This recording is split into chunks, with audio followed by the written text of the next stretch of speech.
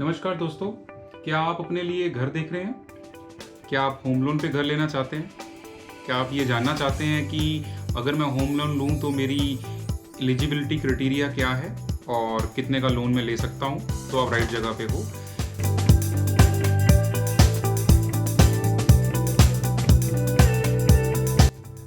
देखिए, home loan के अंदर बहुत सारे कन्फ्यूजन्स रहते हैं बिकॉज़ हमारा बैंक के प्रोसीजर्स का पूरा हमारे को आइडिया नहीं रहता है।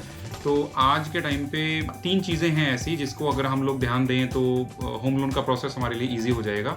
इन्हीं 3 चीज़ों को एक्सप्लेन करने के लिए मैंने ये वीडियो बनाया है। आप इस वीडियो में एंड तक अगर बने रहेंगे तो आपको इसका क्लैरिटी भी हो जाएगा एंड आप होम लोन को ईज़िली अवेल कर पाएंगे। दोस्तों, होम लोन की जब हम बात करते हैं तो होम लोन का नाम लेते ही हमारे दिमाग में बहुत सारा डॉक्यूमेंटेशन आ जाता है कि इसमें तो बहुत सारे डॉक्यूमेंटेशन चाहिए होंगे, बहुत सारे क्राइटेरियाज हमें नहीं पता, तो पता नहीं होम लोन हमारा होगा या नहीं होगा।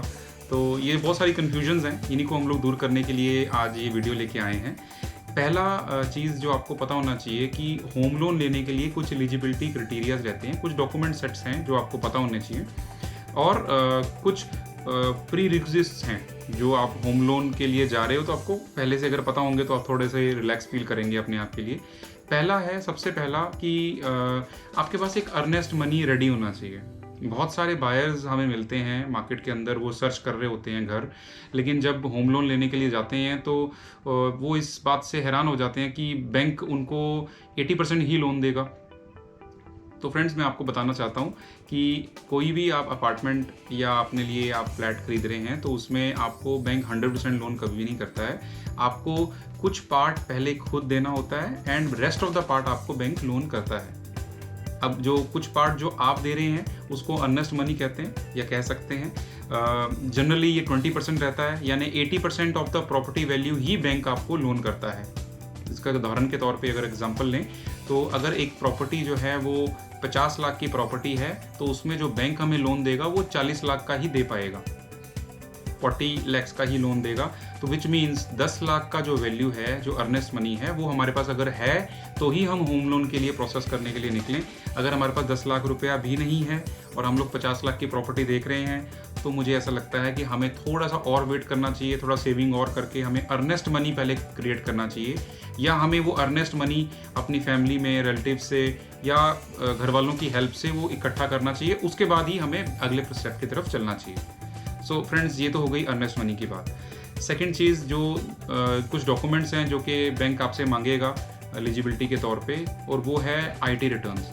आप इनकम टैक्स के अगर रिटर्न भर रहे हैं और इनकम टैक्स के रिटर्न के अंदर भी आपका एलिजिबिलिटी क्राइटेरिया होता है कि कितनी रिटर्न के ऊपर कितना लोन मिलना है, बट उसमें अंदर हम लोग एक डिफरेंट वीडियो बनाएंगे आपके लिए, वो डिटेल्ड रहेगा। अभी के लिए मैं आपको बता देता हूँ कि 3 साल का, लास्ट 3 सालों का आपका आईटी रिटर्न चाहिए होता है। आपका 6 महीने का बैंक स्टेटमेंट भी बैंक आपसे मांगेगा, और अगर आपके पास अर्नेस्ट मनी है तो आप बेसिकली एलिजिबल हो जाते हो होम लोन के लिए अप्लाई करने के लिए। तो these are the first steps. ठीक है, सेकंड स्टेप की बात करते हैं। सेकंड स्टेप ये है कि हमारे पास अर्नेस्ट मनी भी है आज, और हम आज 6 मंथ का अपना बैंक स्टेटमेंट भी दे रहे हैं और 3 सालों की रिटर्न भी है। अब मुझे ये जानना है कि मुझे मेरी सैलरी या मेरी इनकम के हिसाब से कितना लोन मिलेगा।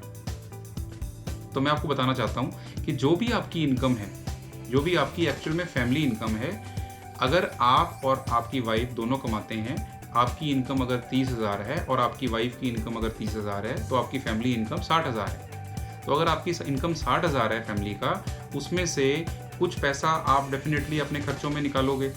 तो बैंक ये सोचता है कि जितना आपका इनकम है उसका 50% आप ईएमआई में दे सकते हैं। यानी कि अगर आपका फैमिली इनकम 60,000 है तो आप एलिजिबल हो कि आप 30,000 की ईएमआई पे कर सकते हो। लेकिन इसमें आपको इसी ध्यान रखनी है कि अगर आपने कोई और लोन लिया हुआ है, जैसे कि पर्सनल लोन या ऑटो लोन आपने कोई लिया हुआ है, या होम लोन पहले से लिया हुआ है, तो उसकी जो ईएमआई होगी वो फिर टोटल इनकम में से, पहले मंथली इनकम में से माइनस हो जाएगी, एंड देन उसके बाद 50% लेके बैंक आपका एलिजिबिलिटी मांगता है। तो चलिए, ये तो हो गया सेकंड स्टेप कि जिसके अंदर 60,000 की हमारी फैमिली इनकम थी, उसमें से हमने 30,000 रुपये अपना ईएमआई निकाल लिया। अगला सवाल मन में आता है कि 30,000 अगर मैं ईएमआई पे कर सकता हूं तो कितने की प्रॉपर्टी में आज परचेज करने के लिए सोचूं। या इसको अगर दूसरी तरह से देखें तो 30,000 की EMI कितने लाख प्रॉपर्टी का EMI होगा। तो इसके लिए मैं आपको थोड़ा इजी कर देता हूँ। इसके लिए आपको ज़्यादा कैलकुलेशन करने की ज़रूरत नहीं है, हालांकि इसमें मैथमेटिक कैलकुलेशन इन्वॉल्व हैं, बट मैं आपको बता दूँ इसके लिए ना एक EMI calculator already play store पे फ्री ऑफ कॉस्ट अवेलेबल है। इसका लिंक मैं अपने डिस्क्रिप्शन के अंदर मैं इसका लिंक डाल रहा हूँ, आप वहाँ से इसको देख के डाउनलोड कर सकते हैं। और मैं इसका थोड़ा सा स्नैपशॉट आपको दिखाना चाहता हूँ कि अगर हमारा स्नैपशॉट आपके लिए यहाँ दिखेगा आपको। तो फ्रेंड्स, लोन कैलकुलेटर को यूज़ करना बहुत ही ईजी है। ये EMI कैलकुलेटर के अंदर सिर्फ 4 ही पॉइंट्स हैं जो आपको ध्यान में रखने हैं। That is loan amount, interest, period यानी कितने सालों के लिए लोन मिल रहा है या ले रहे हैं हम, और EMI।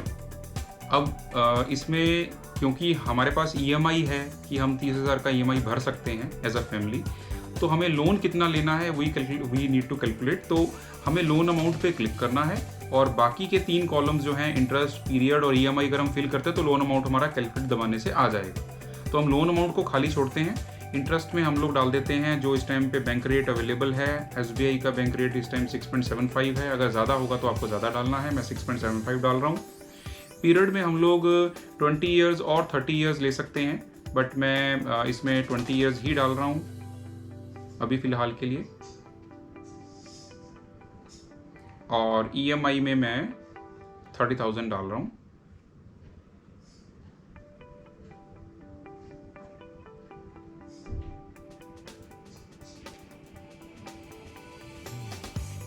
इसको हम कैलकुलेट करते हैं तो देखिए इसमें 39,45,482 आता है, यानी अप्रॉक्सीमेटली आपका 40 लाख का लोन बैंक आपको दे रहा है। 40 लाख का अगर बैंक आपको लोन दे रहा है, विच मीन्स अगर हम इसे कैलकुलेट करना चाहें कि कितने का प्रॉपर्टी हम खरीद सकते हैं, बिकॉज बैंक तो हमें 80% ऑफ द प्रॉपर्टी वैल्यू ही देता है।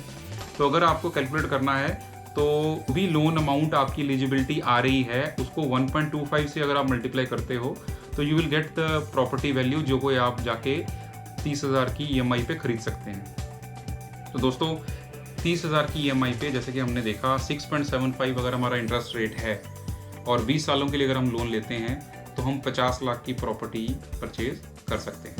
अगर हम इसमें नंबर ऑफ़ ईयर्स 20 के बजाय 30 कर देते हैं तो डेफिनेटली हम एक बड़े साइज़ की प्रॉपर्टी पे भी सोच सकते हैं। तो आपका जो इनकम लेवल है, आपका जो फैमिली इनकम है, उसके हिसाब से आप खुद कैलकुलेट कर सकते हैं। और अगर अर्नेस्ट मनी आपके पास है और एलिजिबिलिटी है आपकी और आपको पता है कि कितने की प्रॉपर्टी आपको ख़रीद सकते हैं, तो शायद आपका सर्च थोड़ा नैरो हो जाएगा और आपका टाइम वेस्ट नहीं होगा। जब आप जाके मार्केट में सर्च करेंगे तो आपको पता होगा कि किस ब्रैकेट में आपको अपनी एनर्जी और टाइम लगाना है। एंड आइकॉनिक ग्रुप भी इसी के लिए आपके लिए नए नए वीडियोस लेके आता है।